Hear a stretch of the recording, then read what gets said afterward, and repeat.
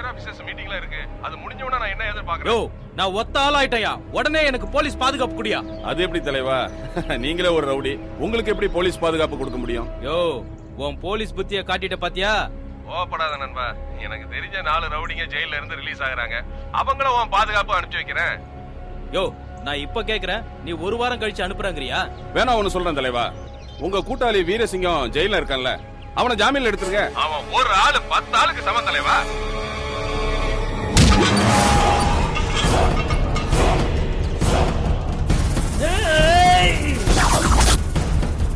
டேய் குமாரசாமி, மாட்ட அடங்குற நேரம் வந்துருச்சுடா. வாடா வா, உன்னத்தாண்டா இவ்வளவு நேரம் எதிர்பார்த்துக்கிட்டு இருந்தேன்.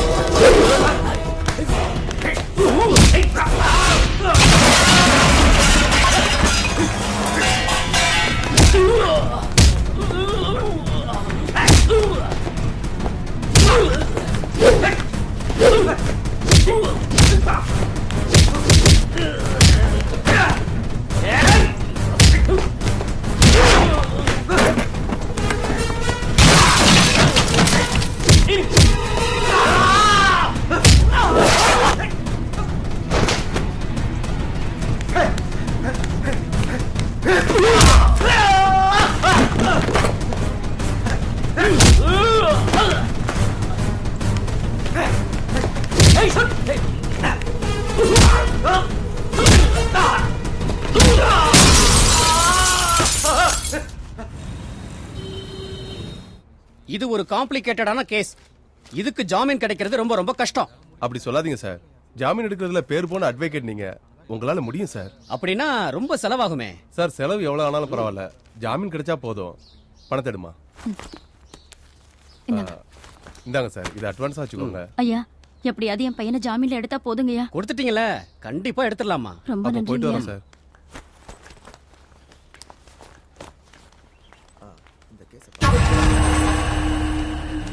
என்ன தலைவா, என்னாச்சு? வழக்கம் போல ஏதாவது பிரச்சனை பண்ணிட்டு வந்தீங்களா?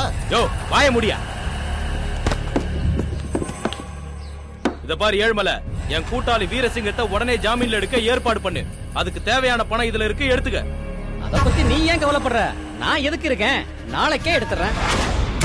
அண்ணன் வீரசிங்கம், அண்ணன் வீரசிங்கம், அண்ணன் வீரசிங்கம், அண்ணன் வீரசிங்கம், அண்ணன் வீரசிங்கம், அண்ணன் வீரசிங்கம், அண்ணன் வீரசிங்கம், அண்ணன் வீரசிங்கம், அண்ணன் வீரசிங்கம். நீ இல்லாம நான் தனி ஆளாயிட்டேன்டா. ஏசிபி நடந்த விஷயத்தை என்ன சொன்னாரு? நீ ஒண்ணும் கொல்லப்படாத, நான் வந்துட்டேன். தூள் கலப்புவோம். அண்ணன் வீரசிங்கம், அண்ணன் வீரசிங்கம், அண்ணன் வீரசிங்கம், அண்ணன் வீரசிங்கம், அண்ணன் வீரசிங்கம், அண்ணன் வீரசிங்கம், அண்ணன் வீரசிங்கம். காசிமேட்டு குப்பத்தையே கலக்குறாளே கனகா, அவ ஊசி கண்ண சொழல விட்டு உசுப்புறாளே கணக்கா. அடி வாடி என் ஜில் ஜில்.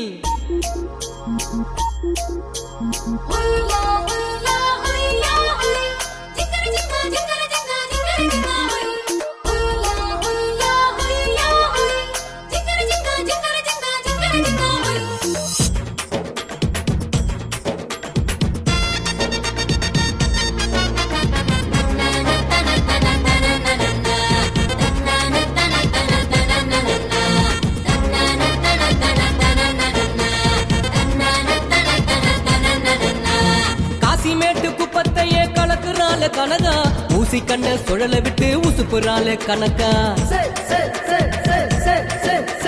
காசிமேட்டு குப்பத்தையே கலக்குறாளே கனகா, ஊசி கண்ண சுழல விட்டு உசுப்புறாளே கணக்கா. இவ சூறா மீன்ல சேர்த்தியா, சுனாமிக்கு பேத்தியா, சூறா மீன்ல சேர்த்தியா, அந்த சுனாமிக்கு பேத்தியா. மொத்த குப்பத்தை மொய்யா வச்சுக்க முடிவு செஞ்ச பாத்தியா, முடிவு செஞ்ச பாத்தியா. டக்கரு டக்கரு டக்கரு டக்கரு டக்கரு டக்கரு டக்கரு தான், டக்கரு டக்கரு டக்கரு டக்கரு டக்கரு டக்கரு டக்கரு தான், டக்கரு டக்கரு டக்கரு டக்கரு டக்கரு டக்கரு டக்கரு தான், டக்கரு டக்கரு டக்கரு டக்கரு டக்கரு டக்கரு டக்கரு தான். காசிமேடு, நம்ம காசிமேட்டு குப்பத்தையே கலக்குறாளே கனகா, ஊசி கண்ண சுழல விட்டு ஊசுப்புறாளே கணக்கா.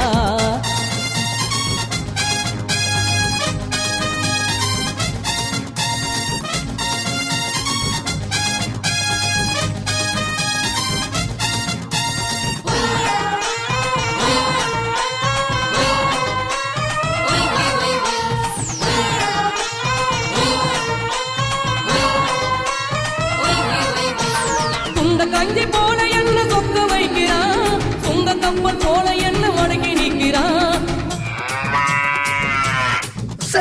சுண்ட கஞ்சி போல என்ன சொக்க வைக்கிறான், சுங்க கப்பல் போல என்ன மடக்கி நிற்கிறான். மீன் பிடிக்கிற எண்ணெயே மீன் பத்தியா கொத்துறான், மீன் பிடிக்கிற எண்ணெயே மீன் பத்தியா கொத்துறான். சுண்டல் விக்கிற பையன் நாட்ட பின்னால தான் சுத்துறா, பின்னால தான் சுத்துறா.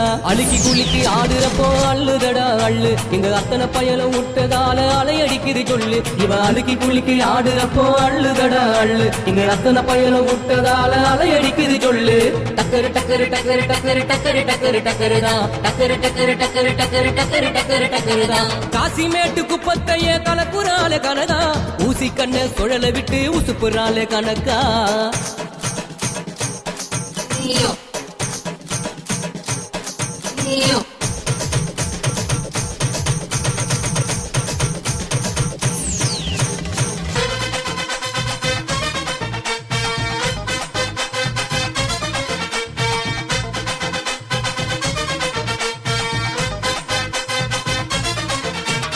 காணாத மீன கண்ணில் கட்டி நிற்கிறான், கடல் மீனுக்கு கண்ணு ரெண்டுக்கு போட்டி வைக்கிறான்.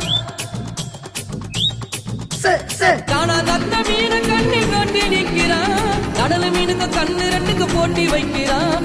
இடுப்பு வெறும் டூப்பு தான், மடிப்பு அதுல டாப்பு தான். இவ இடுப்பு வெறும் டூப்பு தான், மடிப்பு அதுல டாப்பு தான். ரெட்டவரி பல்வரிச முத்து மின்னல் கீத்துதான், முத்து மின்னல் கீத்துதான். மிஷினுக்குள்ளே அசின வச்சு எடுத்து புட்ட நகலு, அட குத்தாட்டம் தான் போடுறா பாரு கொடுத்து ஒரு பிகிலு. இவ மிஷினுக்குள்ளே அசின வச்சு எடுத்து புட்ட நகலு, அட குத்தாட்டம் தான் போடுறா பாரு கொடுத்து ஒரு பிகிலு.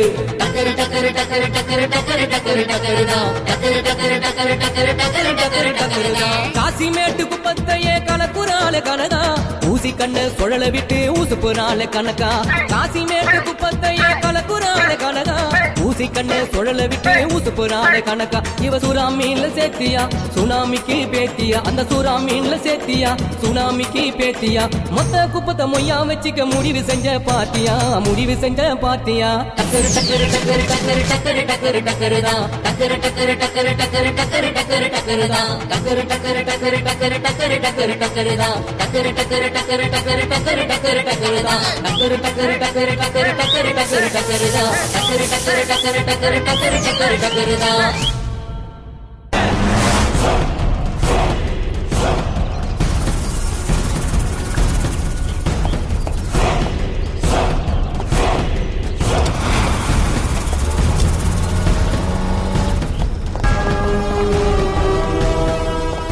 இப்படிதான் நாங்க எல்லாரையும் கடத்துறோம்.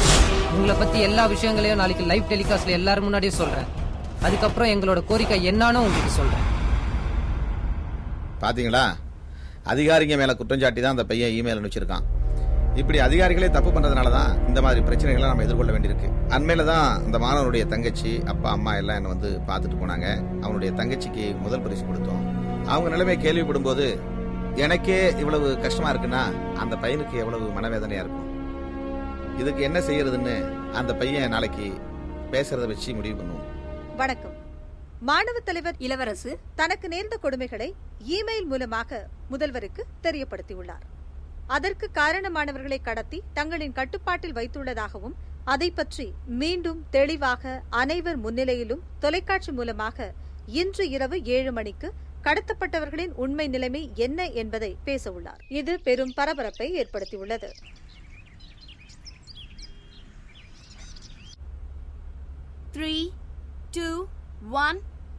மாண்புமிகு தமிழக முதல்வர் அவர்களுக்கு மாணவர்கள் சார்பாக என் வணக்கம். ஏற்கனவே என்ன பத்தியும் என் குடும்பத்தை பத்தியும் தெளிவா உங்ககிட்ட சொல்லிட்டேன். நான் இப்ப சொல்ல போறதெல்லாம் உங்களுக்கும் மக்களுக்கும் அதிர்ச்சியா இருக்கலாம். உங்க ஆட்சியில நடந்துட்டு இருக்க பல அவலங்களை நான் இப்ப உங்களுக்கு சொல்ல போறேன். இங்க நடந்துட்டு இருக்கிறது ஜனநாயகமா இல்ல ரவுடிசமானே தெரியல. இவர் யாருன்னு உங்களுக்கு நல்லாவே தெரியும். முன்னாள் எம்எல்ஏ பல கொலை கொள்ளை கற்பழிப்புன்னு இப்படி எவ்வளவோ பண்ணிருக்காரு. அரசியல் செல்வாக்கு இருந்ததுனால இவர் ஒன்னும் பண்ண முடியல. உங்க போலீஸ் அதிகாரி ஏசிபி வெங்கடேஷ் என் குடும்பத்தை இழந்ததுக்கு இவரும் ஒரு முக்கிய காரணம். காக்கி சட்டையை போட்டுக்கிட்டு ரவுடிங்களோட கூத்தம் கும்மி அடிக்கிறாரு. இவங்க எல்லாம் சட்டம் பேசுற நீதிமான்கள். ஆனா இவங்க செய்யறதெல்லாம் பணத்தாலேயோ ஆள் பலத்தாலேயோ நீதியை கட்டி போட்டுட்டு அநீதியை உரம் போட்டு வளர்த்துட்டு இருக்காங்க. ஏழைகளுக்கும் படிக்காதவங்களுக்கும் எப்பவே நீதி கிடைக்க கூடாதுன்னு கோர்ட்ல வாதாடுறாங்க. அப்புறம் எதுக்கு சார் சட்டமன்றமோ நீதிமன்றமோ? இவர் தான் அண்ணா நகர்ல பெரிய சாப்ட்வேர் கம்பெனி ஓபன் பண்ணி அநியாயமா 50 கோடி ரூபாயை ஏமாத்தின ஆசாமி இவர் ஜெயிலுக்குள்ள போவாரு, ஜாமீன்ல வருவாரு, மறுபடியும் மோசடி வேலைகளை ஆரம்பிச்சிருவாரு. இவரால பாதிக்கப்பட்ட இளைஞர்களோட குடும்பம் இன்னைக்கு நடுத்தருவுல நிக்குது சார். இதுக்கெல்லாம் என்ன காரணம்? ஜாமீன்.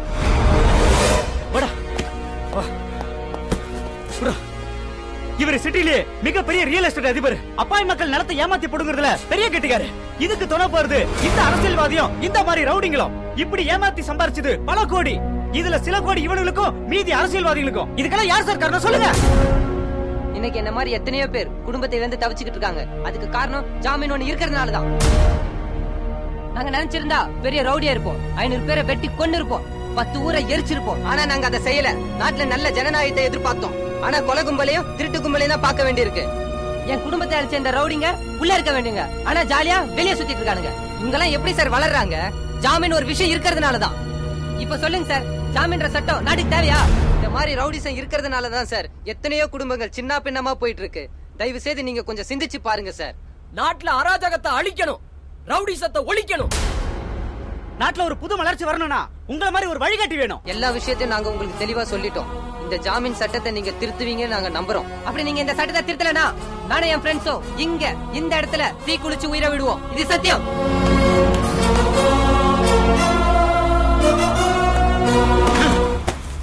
இப்போ உங்க எல்லாருக்கும் என்ன பிரச்சனைன்னு புரிஞ்சிருக்கும். அந்த மாணவர்கள் சொல்ற மாதிரி ஜாமீன்ங்கிறது ஒரு பெரிய பிரச்சனையா தான் இருக்கு. ஜாமீன் சட்டத்தை மாத்துறதுக்கான தேவைகளையும் காரணங்களையும் அவங்க விரிவா சொல்லி இருக்கிறாங்க. மாணவர்கள் நினைச்சா அவங்க குறிக்கோள் அடையிற வரையிலும் அவங்க தூங்க மாட்டாங்க. ஆனா அவங்க சொல்ற மாதிரி ஜாமீனே இல்லைன்னு சொல்லிட முடியாது. அதனால ஜாமீன் தொடர்பான சட்டத்தில் கொஞ்சம் திருத்தம் செஞ்சு நம்ம சட்டமன்றத்தில் ஒரு மசோதாவா நிறைவேற்றி மத்திய அரசுக்கு அனுப்பி வைக்கலாம்னு முடிவு பண்ணியிருக்கேன். இந்த சட்டத்தை நான் கடுமையா எதுக்கையா? எவனோ ஒரு சின்ன பேர் சொன்னாமன்னு இந்த சட்டத்தை திருத்தணும்னா நாளைக்கு இன்னொருத்தன் வருவான். அவன் இவ்வளவு நீளத்துக்கு ஒரு கதையை சொல்லுவான். அவனும் சட்டத்தை திருத்த சொல்லுவான். நிறுத்துங்க உங்க பேச்ச. உங்க மறுபக்கம் எனக்கு தெரியாதுன்னு நினைக்கிறீங்களா? வெள்ளைச்சட்டை போட்டுக்கிட்டு அதிகாரத்தை கையில வச்சுக்கிட்டு மக்களை நீங்க தொடர்ந்து ஏமாத்த முடியாது. இந்த காலத்துல மக்கள் ரொம்ப விழிப்பா இருக்காங்க. அதை நீங்க கவனத்தில் வச்சுக்கீங்க. ஒரு அமைச்சரா இருந்து ரவுடிகளோட தொடர்பு வச்சுக்கிட்டு இருக்கிறது உங்களுக்கு நல்லதில்ல, நம்ம கட்சிக்கு நல்லதில்ல, ஆட்சிக்கு நல்லதில்ல. நீங்க ரவுடி பத்தி கேட்கலாம். அந்த ரவுடி அக்கா பையனுக்கு மெடிக்கல் சீட் வாங்கலாம் தான். உங்க சத்தியமா அந்த அவனை பார்த்ததே கிடையாது. பொய் சொல்லாதீங்க. தூயவன்கிற உங்க பேருக்கு தகுந்த மாதிரி தூய்மையா நடந்துக்குங்க.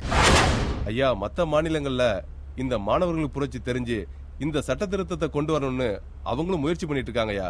அவங்க கொண்டு வரதுக்கு முன்னாடி நாம இந்த சட்ட திருத்தத்தை கொண்டு வந்துட்டோம்னா நமக்கு பேரும் புகழும் வருங்கய்யா. அது மட்டும் இல்லாம நம்ம மாணவர்கள்ட்ட எழுச்சி வரும்யா.